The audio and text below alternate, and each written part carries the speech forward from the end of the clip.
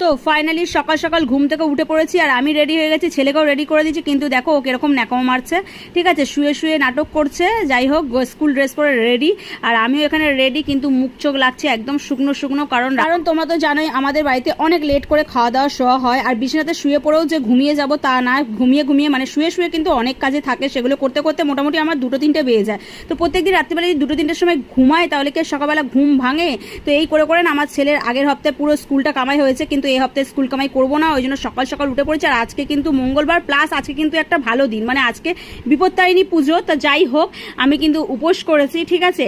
তো এখন আমি রেডি হয়ে গেছি, এবার ছেলেকে নিয়ে যাব। আর এই যে প্লাজোটা দেখতে পাচ্ছ, এটা অনেক দিন বাদে আলমারি থেকে বার করে পরলাম, ঠিক আছে, অনেক দিন বাদে পরলাম, মানে রাখাই থাকে। আর এটা আমি আমাদের স্টোর থেকে কিনেছি, মানে যে স্টোরে আমি কাজ করি সেই স্টোর থেকেই কিনেছি।